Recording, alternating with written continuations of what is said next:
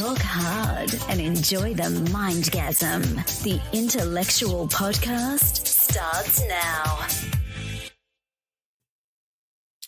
Hey there, everybody. It's me, all alone, flying solo tonight on the IntelleXual Podcast.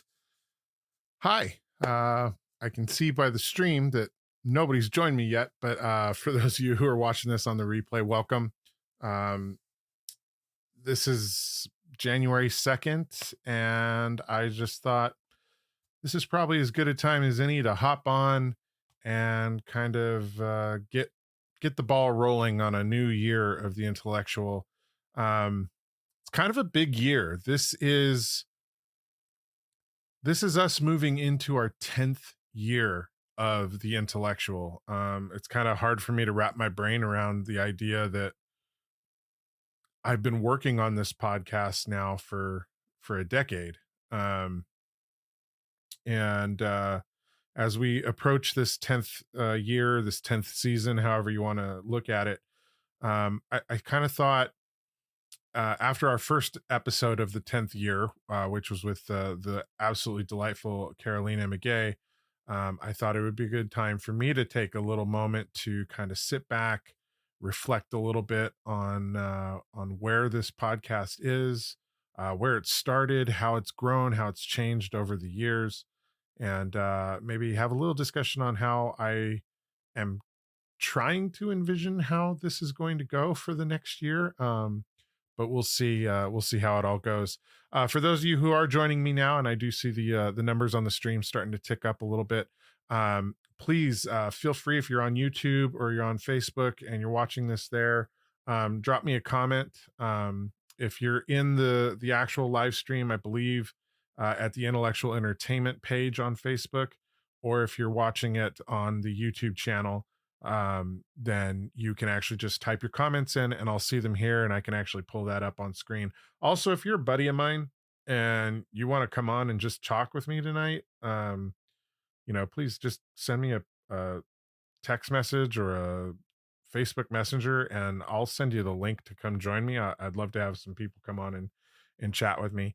But we'll see where things go. I don't even know how long tonight's podcast is going to run. This is absolutely an impulsive, completely unplanned dive into just creating some content tonight for everybody to listen to or check in on later. 10 years, man. I mean, I try to think back on where I was when the IntelleXual started, and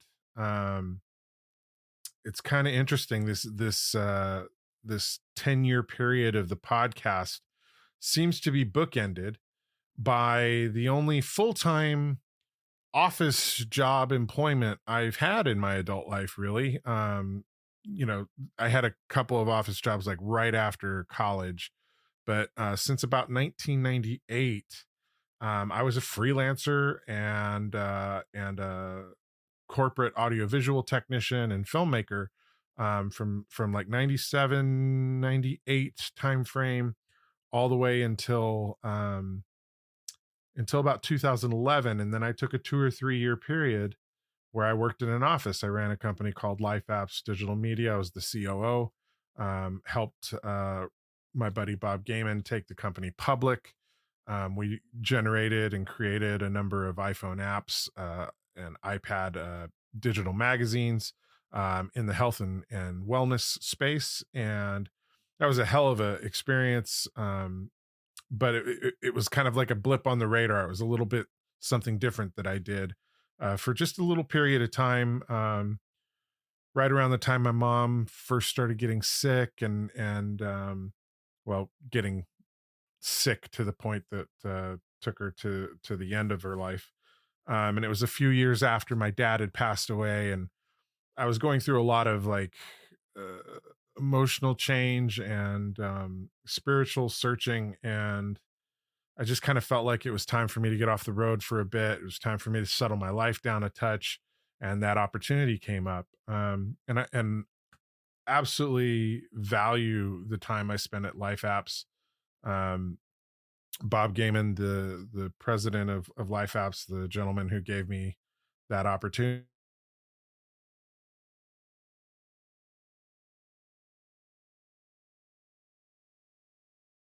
and uh, had a little phase out on my camera there for a second. Not sure what's going on, but it's interesting because I had that job and I made decent money there, but it was also at a time when the economy was on a downturn. And somehow, even though I did very well at the job and I excelled at it, and I actually very much enjoyed it, some part of me couldn't accept the notion that I deserved it, especially at a time where so many of my friends were getting laid off. So many of my friends were struggling in that downturn on the economy. And, and I missed the kind of wild creative spirit of being a freelancer, of being a road tech. So a number of things kind of came to head. And after about 2.5, 3 years of doing that job, I decided I was going to go back to being a filmmaker. Now, that also coincided in 2013 with the 20th anniversary of my high school graduation. And that summer, when I was kind of struggling with figuring out exactly what I wanted to do, if I wanted to stay with Life Apps, if I wanted to kind of do other things, I did a podcast called The Voices of 93. And The Voices of 93 was my attempt to force myself to attend my 20th high school reunion. As many people know, and I try not to make any bones about it because I believe that sharing my own mental health journey can be helpful to others. I have quite a bit of social anxiety. I have a difficult time um, pushing myself to go into large groups, to attend parties, to attend social functions, and there's very few things that I think give some people anxiety quite like their high school reunion, right? I skipped the 10th, kind of regretted it. I told myself that I would do whatever I needed to do to make sure that I attended my 20th high school reunion. So when the 20th came around, I joined the reunion committee, and um and in the course of that, they were having trouble trying to entice people to come. So I suggested we do a podcast and that I could host it. Um, this was beneficial, I thought, to the reunion, but it was also beneficial to me in that it forced me to kind of approach my reunion as a job. And I can oftentimes break past my social anxieties if there's work involved, because the kind of responsibility side of me steps up and says, "You've made this commitment, you're going to make this happen."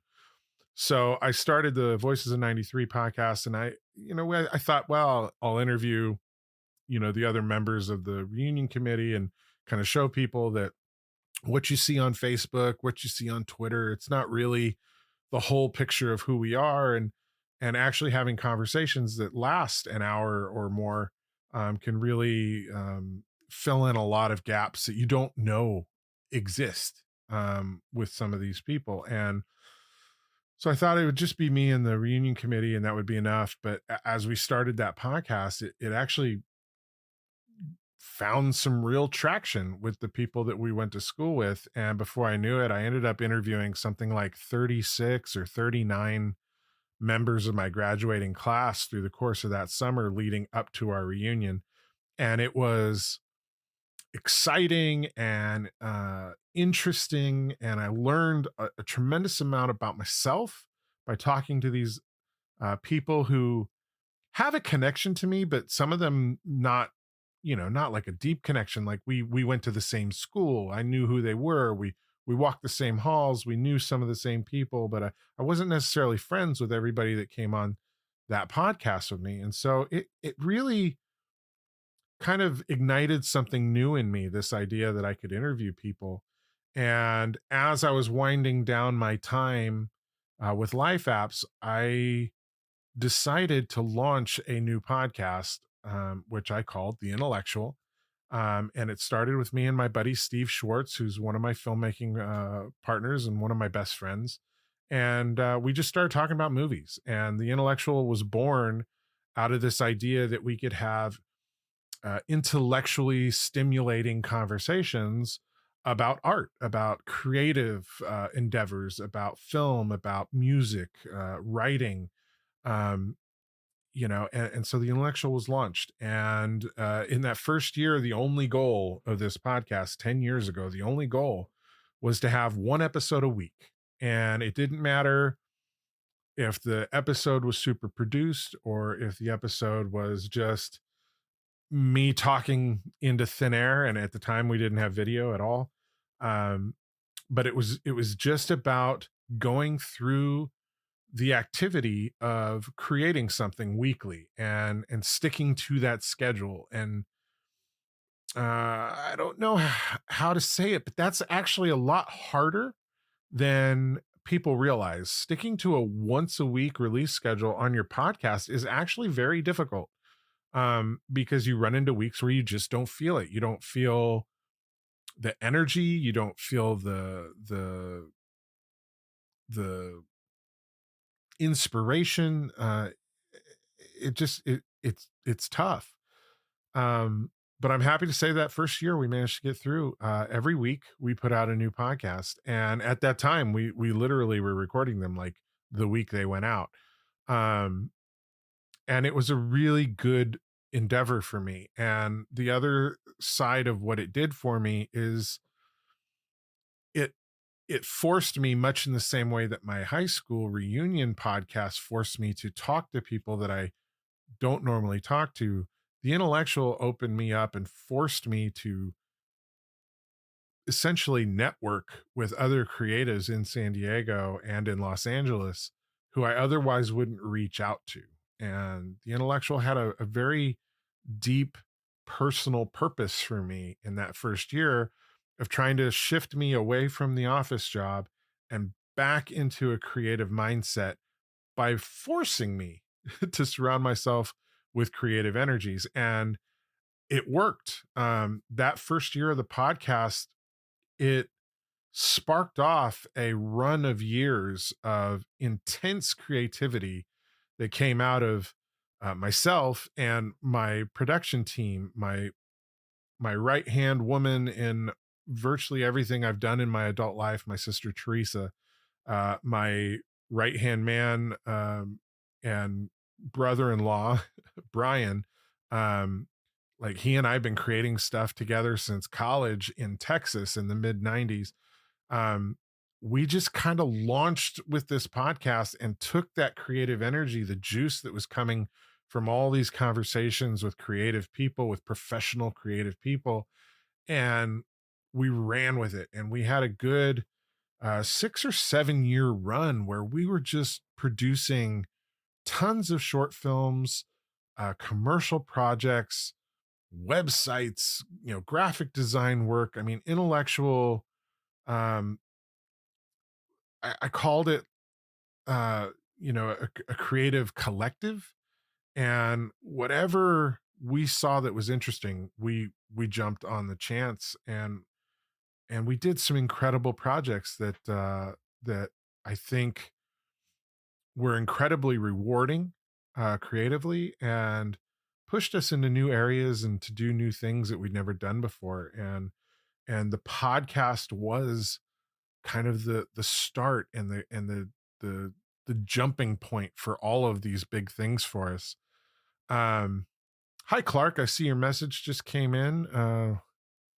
Let me know if you need content. We could touch upon Mystery Highway if we like. Yeah. No, Clark, I would love to have you come on. If you're available tonight, I'll even have you jump on tonight.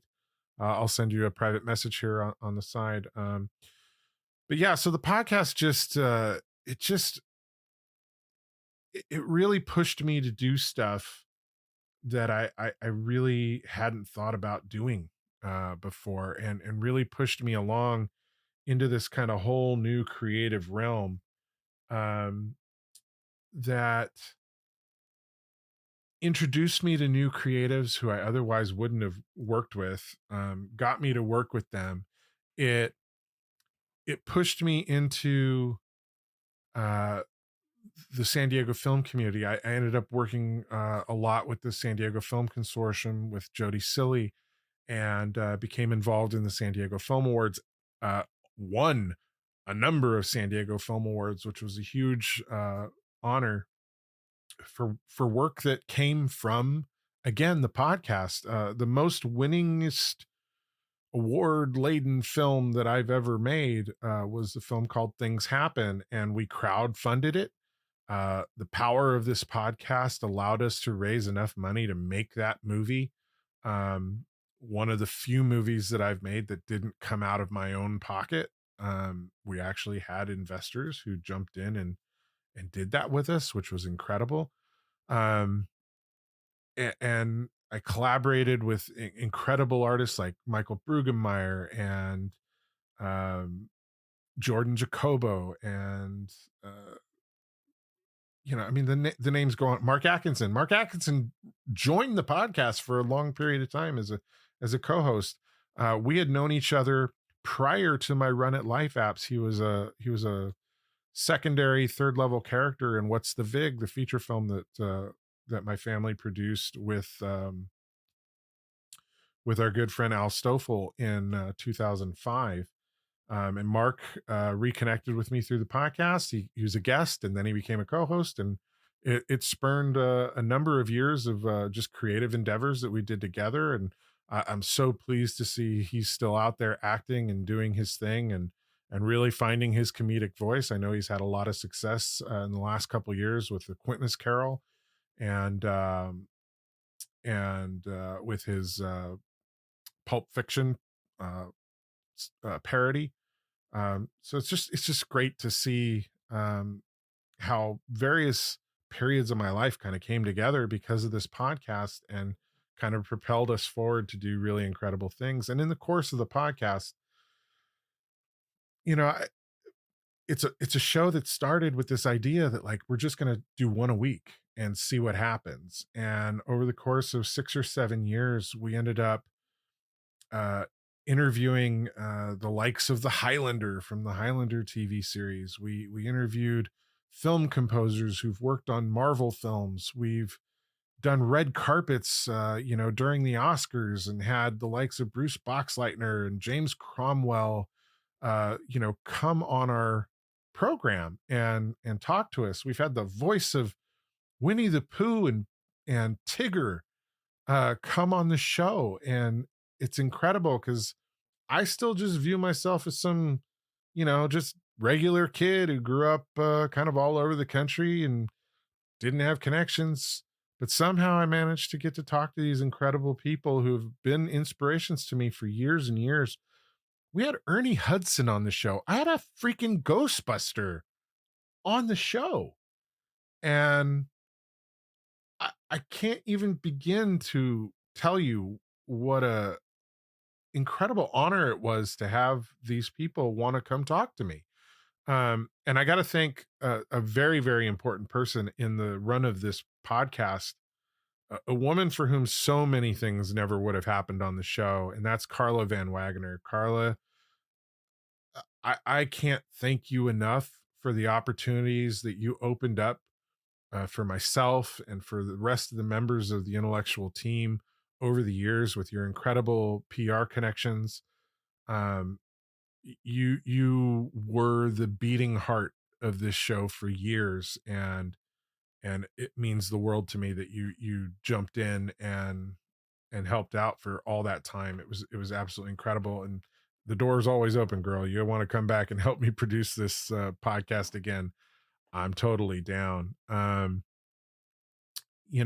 last couple of years, well, really since 2016, Whitney Wegman Wood has been my primary podcast co-host, and that has been an incredibly rewarding partnership and friendship that has grown and expanded over time. Whitney is one of the persons on the planet that I just respect so much. She is such an incredibly hardworking actress, and she's jumping feet first into producing and creating her own films and stuff now, and doing it in a real big way. And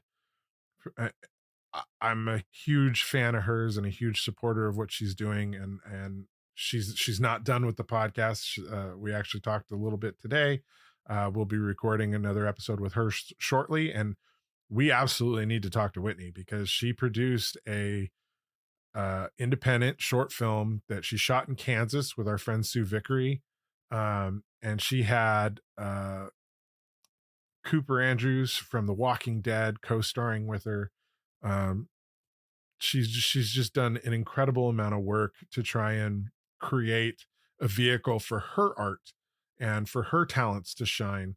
Um, and I am so proud of all the work that she's done. And I know it was a huge learning process for her. It was a big learning curve to go from being an actress to being a producer, writer, of her own material. And that's a big jump. It's a big jump, and I'm really proud of her, and I'm looking forward to seeing the finished product of The Last Butterflies whenever that film gets finished. I know it's in post production now. Um, but the last couple of years, the podcast has kind of suffered, as many things have suffered because of the pandemic, right? I was unemployed for 18 months. And prior to pandemic, I'd already started looking for an office job again. The grueling nature of working on the road as I'm getting up in years. I mean, obviously I've been doing the show for 10 years, right? So I'm not as young as I was when the show started. I'm not as uh, life happens. I mean, a lot of things have happened in the time this podcast is run. My mother has passed away. My sister has gotten divorced. My oldest nephew has graduated high school. Uh, you know, life just keeps rolling by, and so I was starting to look for a job that would kind of settle me down a little bit again. I didn't want to necessarily like shut down my creative life, but working as a corporate audiovisual technician, spending 85% of my year on the road, it just became untenable. I fell off a dock in 2019 in Florida and broke my elbow. Um, and that really kind of started me on this journey of like, I can't keep doing this. It's quite literally going to kill me. I was very fortunate. I know people have fallen off of loading docks and not walked away from it. I fell off a loading dock and still managed to walk away from it with just a cracked radial in my right elbow. So I was very fortunate, and I knew how fortunate I was that I didn't suffer more from that.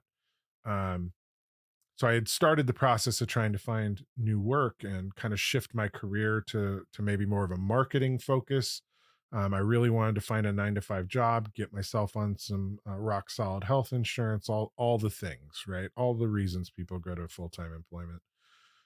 Um, and the beginning of January 2020, I was on a show in Atlanta, and my knee got crushed between a couple of road cases in the back of a truck trying to load the truck up, and I tore the cartilage in my knee, and so I started 2020 off actually on disability, and then as I was kind of finishing up disability, the opportunity to act in the feature film Kung Fu Ghost came along, and I spent 3 weeks working on that film with Jennifer Lynch and a whole host of incredible stunt people and technicians, and it was a very rewarding experience getting to be a major character and actually act and be in front of the camera for such a large portion of a long project. I hadn't done that. I'd done little tiny bit pieces and some small shorts and stuff over the years, but I've never taken on kind of a central role like that really since college. I did it in a couple of the short films we did then. I had expanded roles in some of the short films in the past, but I'd never been like a lead character or a co-starring uh primary character of, let alone a short film or a feature film. So the opportunity to act in Kung Fu Ghost was something I couldn't pass up, and it was a lot of fun. But literally 2 days after Kung Fu Ghost ended, pandemic went into full effect and California locked down. And so I went from working 85% of the year on the road to being on disability for a few weeks to 3 weeks of working in a bubble on a film to then 18 months of sitting on my ass at my house. And in the entirety of my adult life, I had never stayed put in one place for so long.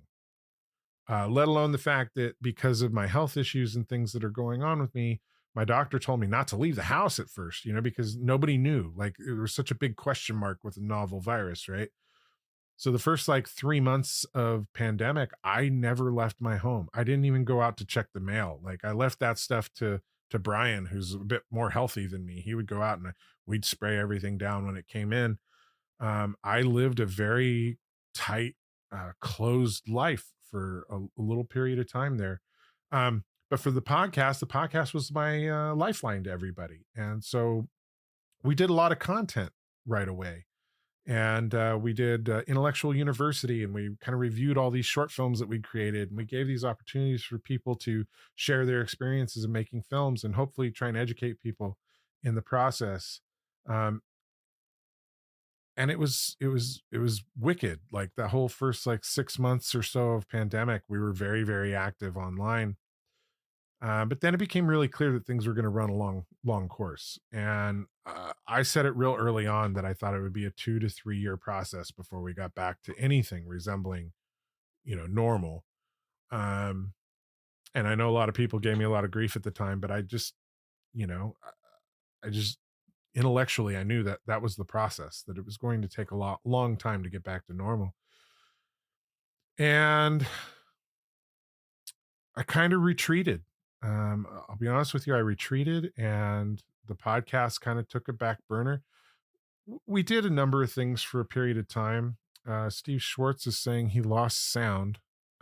Try reloading. Let me answer him.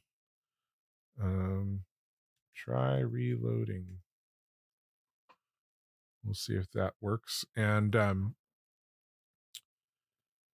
anyway, we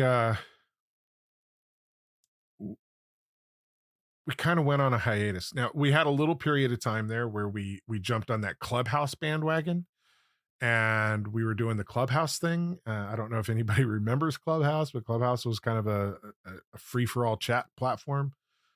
We did that for a while. We found actors and artists on that platform who wanted to come onto the podcast, and that kind of sustained us through year 8. But year 9 of the podcast really just kind of fell flat. I think we put out 5 episodes last year. And mostly that's on me. And I'll absolutely fess up to that. I lost the creative juice partly because I found finally a full-time job, and I've been working at a health clinic on the native reservations here in San Diego as their multimedia coordinator or marketing guru. And I'm doing social media for them. I'm doing video production, um, graphic design, and it's been an incredibly rewarding job.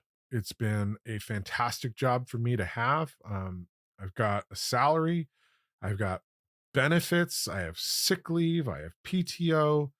Um, it's an incredible place to work. The work that I do has purpose, it matters in some way. And it really kind of fills my heart to go into work every day. And for the first time, I have an office job that I feel like I actually deserve to have and can excel at. And that's been incredible. And in the first year of working there, I didn't want to distract myself too heavily from the work that I was doing. So I've kind of stepped back and focused on the job. But I'm really kind of more comfortable now. Thank you, Jordan. Nice to see you're listening in, Jordan. Good to see you. Um,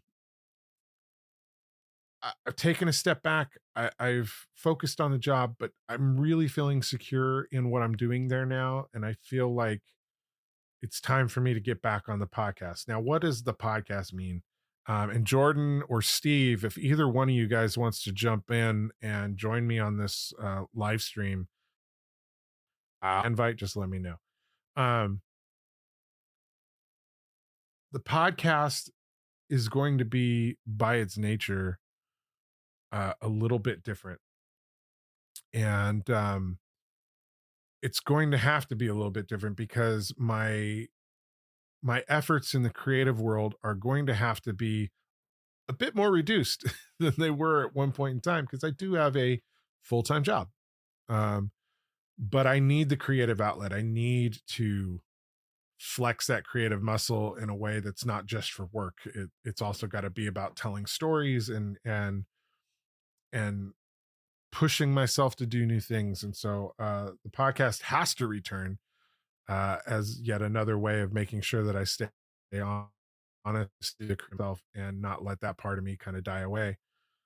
The challenge for me going into this new year, and part of the reason I wanted to have this conversation and put this out there is, I'm an open book. I don't really, I try not to hide away from talking about the difficult things. And in the last 4 or 5 months, I've been dealt a number of medical diagnoses that are going to be a huge challenge. And um, I think part of the reason I really wanted to sit down and do this podcast today was to kind of run through the 10 years of the podcast, which again is bookended by these full-time office jobs, right? Like 10 years apart. I left a full-time office job and now I'm back into a full-time office job, but I'm trying to find a better work-life balance. That said, I mentioned that my mom passed away in 2016, right at the height of everything that was going on with us creatively. In fact, she saw me win the San Diego Film Award for Best Director, and then passed away like 6 weeks later. Um, so it was a real up and down period for me.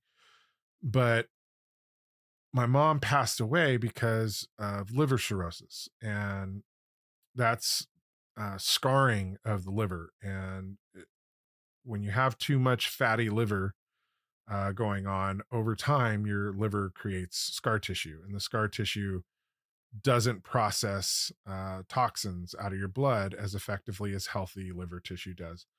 So over time, too much fatty liver creates too much scar tissue, and you get progressively worse. And the effect of that is your body is unable to filter out the toxins in the blood as effectively, which makes you susceptible to more and more illnesses. And my mom kept getting pneumonia.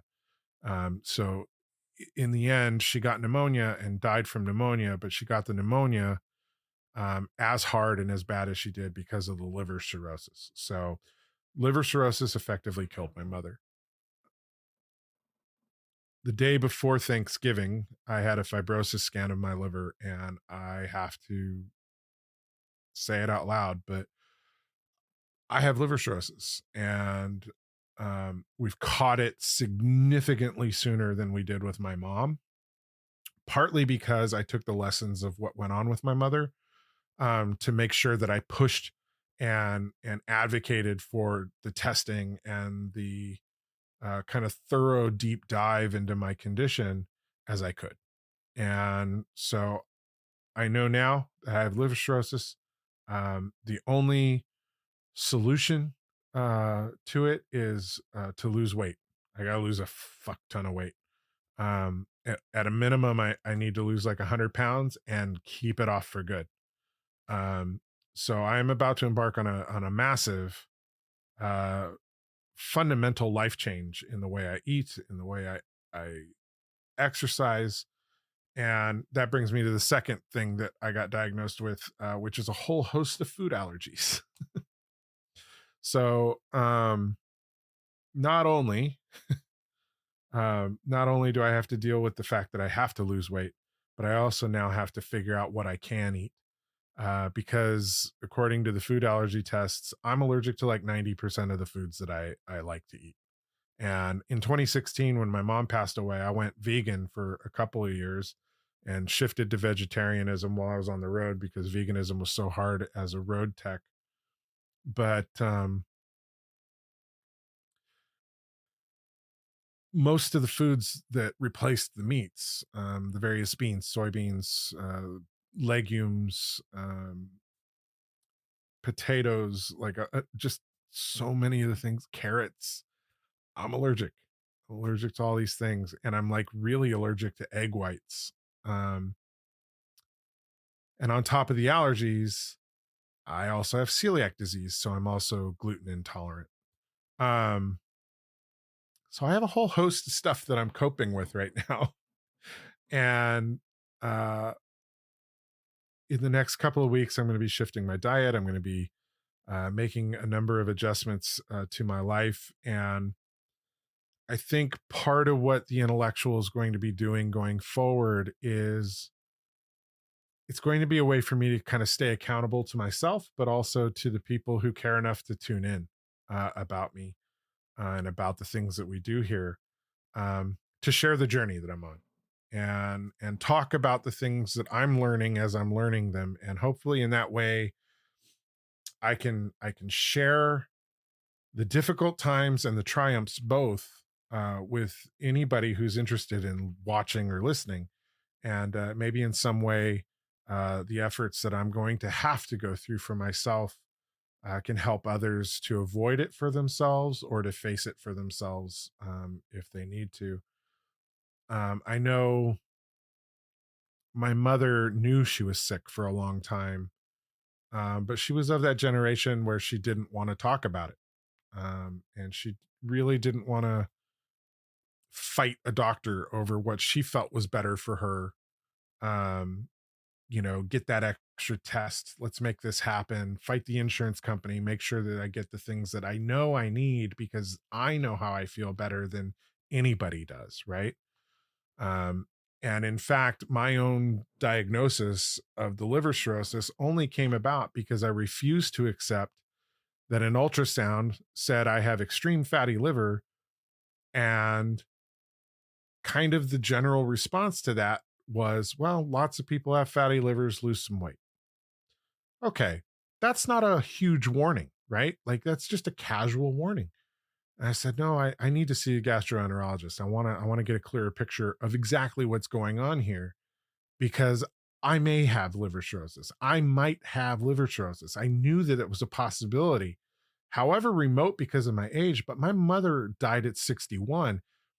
She got diagnosed 4 years before that. And we started seeing the symptoms without knowing what those symptoms really were at my age, at around 48.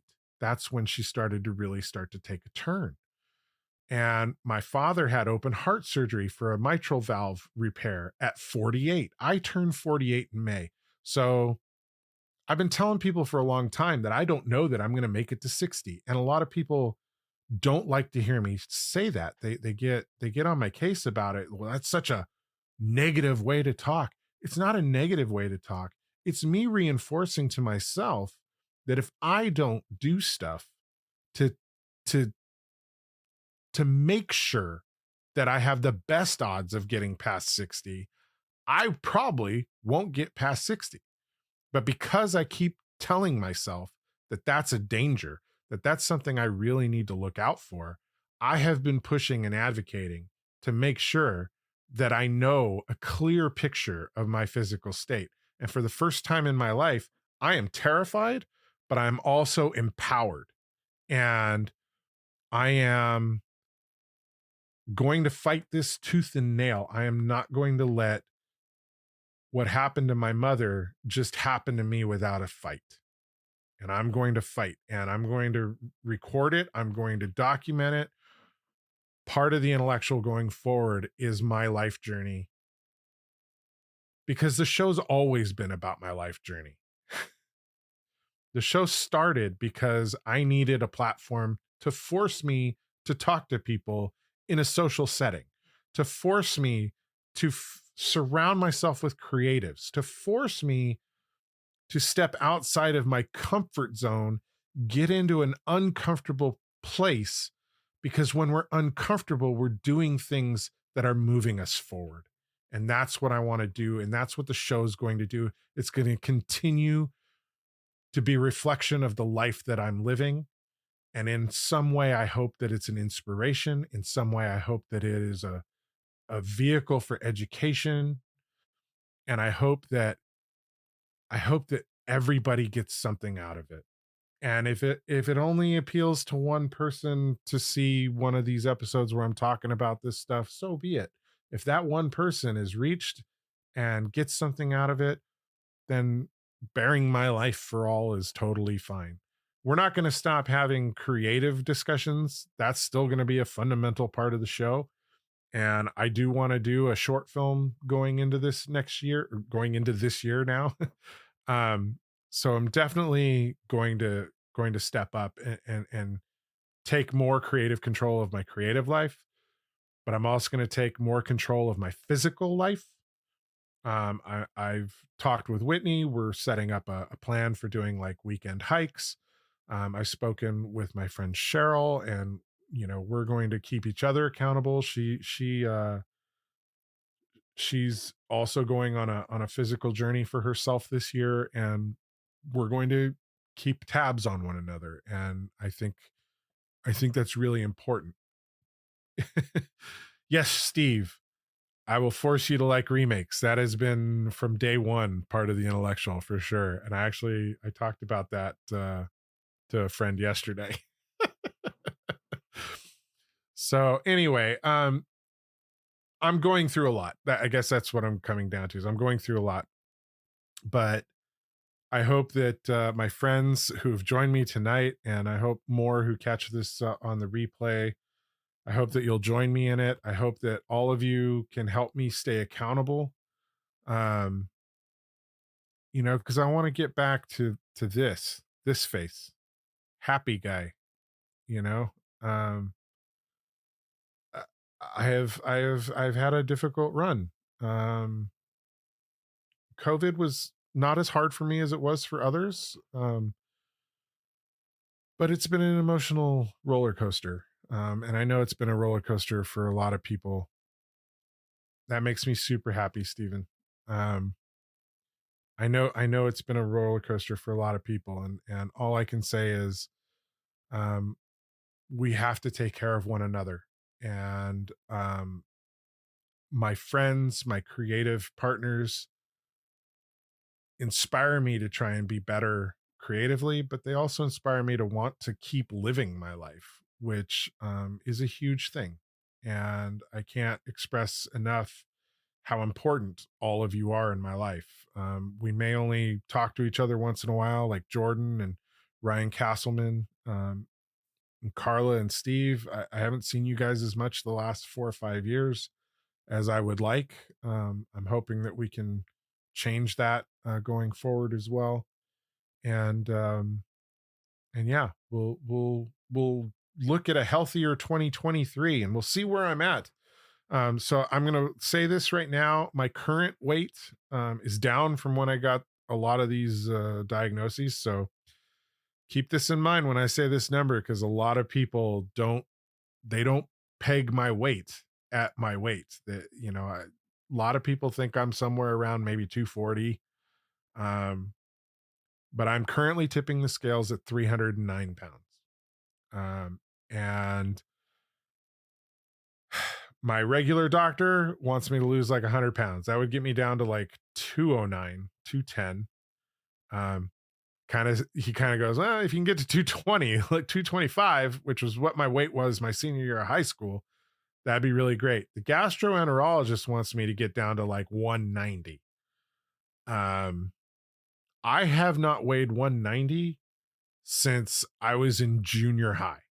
I have very thick bones. I'm a very dense individual. Yes, you can, Jordan, I know what you're doing in your head with that one. But I'm densely packed, and losing that much weight, I will be like a completely different person. Now, this photo of me here with Teresa, I was like 285 in that photo. So we're just gonna have to we're going to have to see where I end up. When I went vegan, I got down to 245. And I thought I looked pretty good, but my sister Teresa thought I looked sick. And I'm being told I got to go even well past that now. So we will see.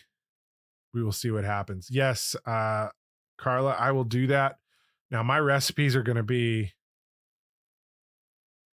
It's going to be interesting because of the food allergies. I'm not sure what I'm going to be able to play with food wise. So we'll see how it goes. And yeah, maybe I'll set up a page on the IntelleXual's website where I can kind of also share the recipes. Like when I come across good meals and stuff, I can do that. Maybe I'll even do more of that on the Instagram as well, and see where that goes as well. Yeah, silver lining. I'll be thin and hot. Maybe then I'll not be lonely and single anymore too. Oh, well, my light just ran out of juice, so maybe that's a cue that it's time to shut down. You guys, I really appreciate it.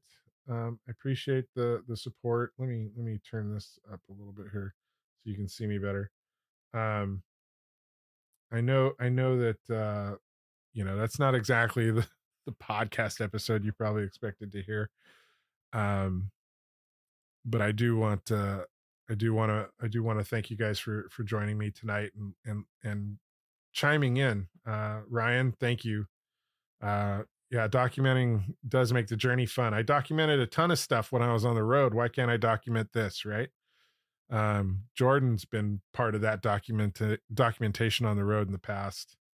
I did Noom a little bit, Steve. But I have a nutritionist at work who I'm going to work with and try and come up with custom diet plan for myself. Because insurance is going to pay for that custom consultation, so I might as well take advantage of it. Yeah, they do, Carla. People do develop food allergies as they get older. Thanks, Jordan. I look sexier already. I did shave the goatee off today. I'm not sure. I think I'm gonna not let the beard grow in. Because the beard is a way of hiding that, that kind of under the chin bulge, so I'm gonna stop hiding that for a while too, so we can really get a good view of what's going on. I took a day one photo today, so I'm going to be doing that every morning, every day. So over some time, I can do a string together of watching how my face changes. So, yeah, we're going to do it. We're going to make this happen. Thanks, Steve. Yeah, I try to live by those words, right? Being honest, being vulnerable, being willing to share the journey that I'm on. I think that's the only way we can help each other out and to better each other's position in life is if we share what we're going through. So with that, folks, I'm going to wrap up this podcast at the hour mark. Thank you guys so much for joining me. If you haven't checked out my interview with Caroline, please check it out. It's on our podcast. It's on our YouTube channel. And I think we might start streaming live to Instagram. I think I got a message from them that we're eligible to do that now. So I'll be looking into that as well. But yeah, onwards and forwards for 2023. All you guys, thank you again so much. I love you guys so much for everything that you've meant to me creatively, for what you mean to me with your friendship. And here's to a healthier new year for all of us to come, right? All right, guys. Until next time, I'm David Dawson. This is the IntelleXual Podcast, and we'll talk again soon. Hello there, citizens. I am the terror that flaps in the night. I am the floaty that will not flush no matter how many times you try in the toilet bowl of crime. I am Darkwing Duck, telling you please, talk hard and enjoy the mindgasm. Whatever the heck that means. After all, you are watching IntelleXual Podcast with your ears.